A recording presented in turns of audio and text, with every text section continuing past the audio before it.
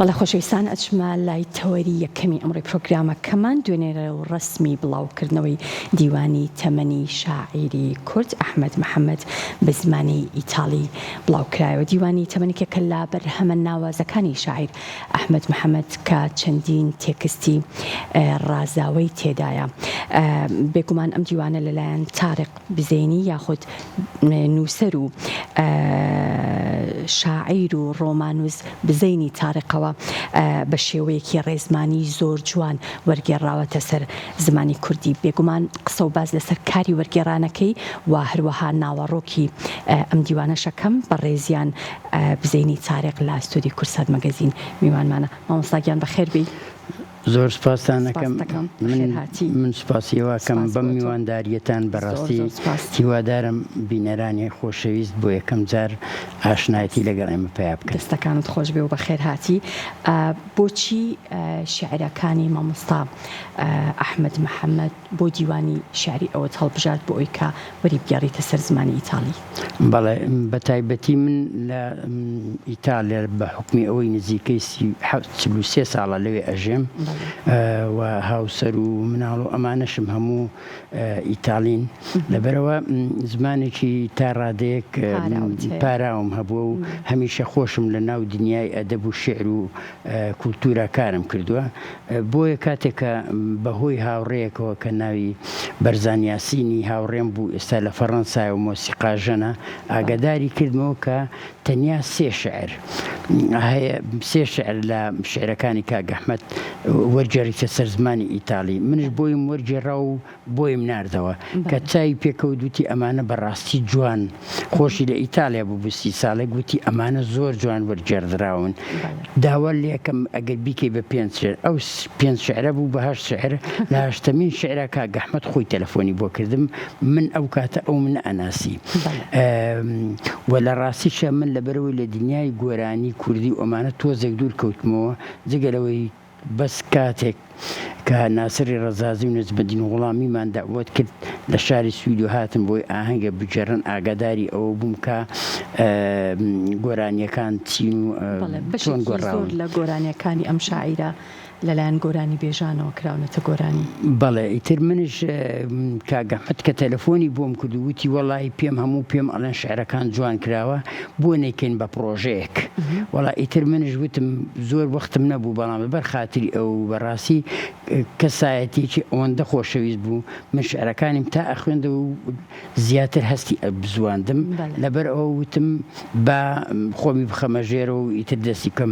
چەند مانگێک مەسەڵەن من خەریکی ئەو وەرجێڕانە بووم، بەڵام ئەوەی من ئەوەی ڕاستیە شعر نەبووە بۆ وەرجێڕانێکی حرف بە حرفی، ئەوەی من شعر بووە بە شعر. منیش ئەمە پرسیاری ئەوە بکەم بزانم پێشتر بەڕێستان کاری وەرگێڕانت بۆ هیچ شعرێکی تریان بۆ هیچ شاعرێکی تر کردو و ئەو کاری وەرگێڕانە چۆنە لە بۆ نمونە لە تێکستێکی شعریە؟ بەڵێ من هەڵبەتە هاوڕێ شێرکۆ بێ کەس کاتێک هاتە دەرەوە من میوانداریم کرد بۆ ماوەیەکی درێژ بە شەوانە زۆر بەیەکەوە بووین. هەک بەکەی خۆی بۆ من کردبووە شعرەکانی ئەیود ئازادی ئەو کاتە بە تایبەتی ساڵانی سەختی بوو ئامادەی خۆی دەربڕی من دەست بکەمە ناو ئەو جانتایی و هەموو شعرەکانی تەماشا بکەم بیخوێنمەوە. بۆیە زۆر شەوان بەیەکەوە دائەنیشتین و ئەو شعرانەی کە زۆر پێم باش بوو بکرێنە ئیتالی هەندێک گوڵبژێرێک لە شعرەکانی ئەو شم کردە بە ئیتالی لە کتێبێکە بە ناوی هاوارێک بۆ ئازادی. پێشەچەکەی خۆم نووسیومە ئەگەرچی شعرەکان کەسی تیا دیاری نەکراوە ئەمە چێ کردوێتی.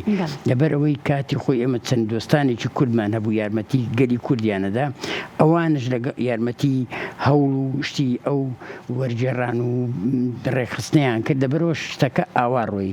بەڵام من خۆم بەتەنیا شعری تری کاگلەتی فەڵمەت، شعری مارف ئەمەرگوڵ، شعری زۆر کەسانی ترم وەرجێڕاوەتە سەر زمانی ئیتالی نەگوەکو کتێب، بەڵام ئەوە شعر بۆی بە شعرێکی گۆران کە لە بەناوبانگترین گۆڤاری مانگانەی ئەوێ کە لە لایەنی ڕۆژنامەی لە ستامپەوە دەرەچوو بە هەموو وڵاتانی دنیاش بڵاوە کرایەوە و زۆربەی ئەوانەی کە ئەو گۆڤارەیان ئەبینی ئەوانە بوون کە کاتی خۆی پرێمیۆ نۆبلیان وەرگرت بوون. منش ئەو شعرێک کە ئەڵێ کانیەکی ڕوونی بەر تریفەی مانگاشە و لە بنیا بلەرزێ مروارزی خوچە و جوانترە لە لای من لە دەریای بێسنوور شەپۆلی باتە بەر تیشکی خۆر شڵپور ئەم دیمەنە ئەم ئیماجینەی پیاڵەن لە لای من زۆر جوان بوو لەبەرەوە تینی خۆم خستە سەر ئەو شەرە لە دوای وتارێک لەسەر مێژووی گەلی کورد و کولتوری گەلی کورد کە جێڕانەوە بووە لە سەردەمی مێدیەکانەوە هەتاکو ئیستا کەڵە شاعیرەکانمان وەکو نالی و مەحوی و سالم و ئەمانە ئەمجا هاتوومە شعرەکەی مامۆستا گۆرانم کردو بە نمونە بۆ ئەوی خەڵکی ئیتالی شعری کوردیان خۆش بێ و بەڵێ زۆر باشە مامۆستا ئەو وێنە شعریە جوانەی کە لە شعری ئەو شاعیرە گەورانە بەدیت کردووە هەمان ئەو درامایانە یاخود ئەو وێنە شعریە جوانانەشت لە ناو شعرەکانی کاک ئەحمەدا بینی؟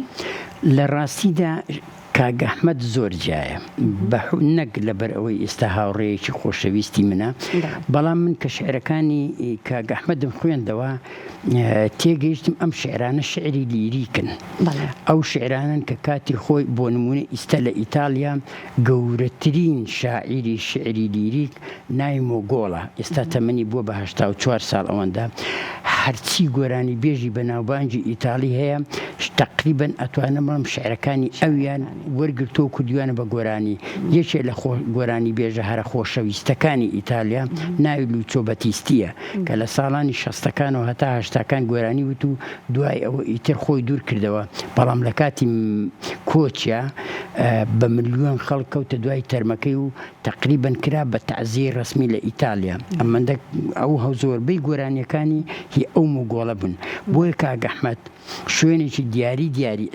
تەواو زۆر باش ئەگرێ لە شعری لیریکی کوردیە ئەتوانم بڵم ئەمە یەکەم جارە کەسێکی ئاوا هەڵکەوێ چونکە من خۆشم شعرە نووسم بەڵام شعرەکانی من شعری حڕی پێڵن شعری سەربەستی پێڵن ئەگەرچی لە هەندێک شوێنە شعرم هەیە منش بۆ بە چێش و سەرواوە و بە زمانی ئیتالیش ئەنووسم ئەمانەی کاک ئەحمەد شعری گیان تایبەتن بۆ گۆرانی ئەوانن کەوا بڵین هەستی خەڵک ڕائکێشن سۆزێکیان تایە مۆسیقایەکی تایبەتیان تایە لەبەرەوە من کە ئەوانە خوێندەوە هەوڵمدا ئەم شعرانە بە شێوەیەک دابڕێژمەوە کە بڵین لە سەعات هەشتی بەیانی و هەتاکو لە سەعات هەشتی ئێوارەوە هەتاکو پێنجی بەیانی وەکو ئەوەی شعرێکی نوێ بنووسمەوە گیانێکی نوێم کردە بەر شعرەکانی ئەوەی من کردومە زۆر کارێکی ئاسان نەبووە کارێک بووە کە بەڕاستی ئەبێ شعرت خۆش بێ بۆی شعرێکی ئاوا وەرجێڕی من بۆ هەر یەکێک لە شعرەکانی کاک ئەحمەد هەوڵم داوە شاکارێ دروست بکەم کە زۆر لێی بچێ کە خوێنەرانی ئیتالی چێشی لێوەرگرن هاوسۆزیەکی زۆر پەیدا بێ بۆ کاک ئەحمەدیش مامۆستا ئەتوانی بڵێ شعرەکان ئەو هەست و سۆز و مۆسیقا و وەزن و قافەی کە لە ناو شعرەکانی ئەوە هەبووە بە هەمان شێوە لە ناو ئەو پارچانەشا هەیە کە تۆ وەرزگێڕاوەتە سەر زمانی ئیتالیان ئەتوانی لە هەر شاکارێکی نوێ دروست بکەیت بەدڵنیایەوە کاک ئەحمەد خۆی لەبەر ئەوەی بە شێوەیەکی زۆر سادە و پرتین شعرەکانی نووسیوە لە دەروونێکی وەکو بڵین کانیەکی ڕوونەوە ئەوانە هاتوون هەڵقوڵاون منش هەوڵم داوە بە هەمان شێوە بە هەمان سۆز هەتا لە هەندێک شعریە ئێستا ئێوە لە بەرەوەی ئیتالی نازانن بەڵام نەکرد لە شعری تەمەن هەرکە ئێتاش یعنی تەمەن بە ئیتالی شعری یەکەم زۆر سەرنجڕاکێشەرە ئەوەی کەوا ئەڵێ ئەی تەمەنی پڕ ئەسرینم وا ئەڕۆیت و ناگەڕێتەوە من ئەوەندەم خوێندەوە و ئەوەندە خۆم تیا قوڵ کردەوە تقریبا شعرەکان چۆ مێشکی منشەوە جا هەوڵم ئەدا بەو مۆسیقایەوە بەڵێ دای بڕێژمەوە بەڵام ئەو مۆسیقا و ئەو هەست و سۆزەی تیا بێ بە زمانی ئیتالی بۆ ئەوەی کارێکی وا بکەی زمانی ئیتالی زۆر قوڵە ئەبێ زۆر حرف و زۆر وشەی تایبەت بناسی بۆی بچێ شوێنی ئەو وشانە بگرێتەوە مۆسیقایەکی تایبەتیش کە خەڵک چێژی لێوەڵگرێستەش بگەێنی جارێکی بەڵێ بتوانرێ بە تایبەتی خوێنەری ئیتالی بخوێنێتەوە من دڵنیام هەموو ئەو کوردانی کە لێ ئیتالی زان و ئەی خوێنەوە شاگەشکە ئەبن بە کوردەواری خۆ من ببوویراگە کوردیەکەم دوای 43 ساڵ بەم شێوەیە بێ بەڵام هەوڵەدەم ئێستا بیرم لەوە ئەکردەوە ئەموت مامۆستا زۆر هەوڵی یاوە کە ئاگاداری کوردیەکەی بێت و بە زمانێکی کوردی زۆر جوان قساکەیت.